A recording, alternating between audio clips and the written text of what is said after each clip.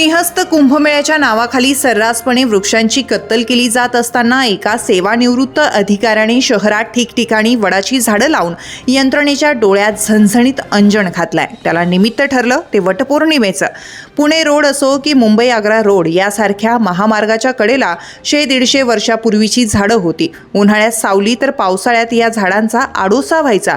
शहरभर ही Gangapur road, Mhasrul, Takli road अशा गजबजलेल्या भागात झाडांचं अस्तित्व दिसून येत होतं.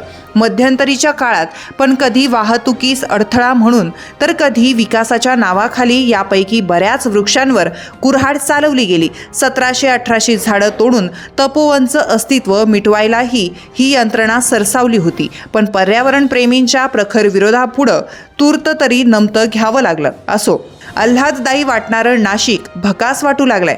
हुकुमाचे दावेदार असलेल्या सरकारी यंत्रणेला झाडं जगली काय आणि तोडली काय काडीचाही फरक पडत नाही. दुसरीकडे झाडांचं महत्त्व जाणून असणारी, त्यांची कत्तल होताना हळहळणारी काही माणसं आजही जिवंत असल्याचं दिसून आलं. डॉक्टर प्रशांत फालक हे जिल्हा परिषदेचे सेवानिवृत्त पशुसंवर्धन अधिकारी. नोकरीत असताना त्यांनी मुक्या जनावरांवर आभाळ माया केली. सेवानिवृत्तीनंतर त्यांनी पर्यावरणाचा ध्यास धरला. अधूनमधून वृक्षांची होणारी कत्तल त्यांचं मन हेलावून टाकत असते. त्यामुळे ते आपापल्या परीनं वृक्षाची लागवड करून ते जतन करीत असतात. वटपौर्णिमेला त्यांनी शहरात 7 वडाच्या झाडाची रोपं लावली. घराच्या संरक्षण भिंतीत ही वडाची झाडं वाढत होती. ती अलगद मुळासकट उपटून 2 वर्ष जतन केली.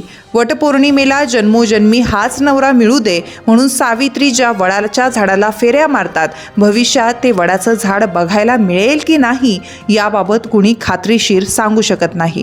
फालक यांनी बहुधा भविष्याचा वेध घेऊन मुंबई नाका, गोविंदनगर आणि इंदिरानगर जॉगिंग ट्रॅक परिसरात अस्थिरोग तज्ज्ञ डॉक्टर विजय नेमाडे यांच्या हस्ते ही वृक्ष लावली. विशेष म्हणजे रोपं लावली म्हणजे झालं असं नाही, तर ती जतन करण्याची जबाबदारीही फालक यांनी घेतली. Shri Gorakh Rajput, doctor Pramod Mahajan, doctor Sambhaji Awhad, doctor Sunil Dhande, doctor VN Patil यांनी या वृक्षरोपणाच्या महत्त्व कार्यात फालक यांना हातभार लावला. गेल्या आठवड्यात त्यांनी आपल्या शेतात 822 झाडं लावली.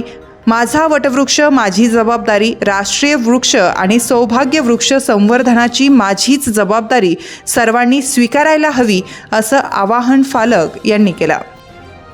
तुमच्या भागातील प्रत्येक बातमी पाहण्यासाठी तसेच अशाच ताज्या आणि विश्वासार्ह घडामोडींसाठी उत्तर महाराष्ट्र न्यूज नेटवर्क सोबत जोडलेले रहा. सोबतच फेसबुक, इंस्टाग्राम आणि यूट्यूबवरही आम्हाला लाईक आणि शेअर तसेच सबस्क्राईब आणि फॉलो करायला विसरू नका.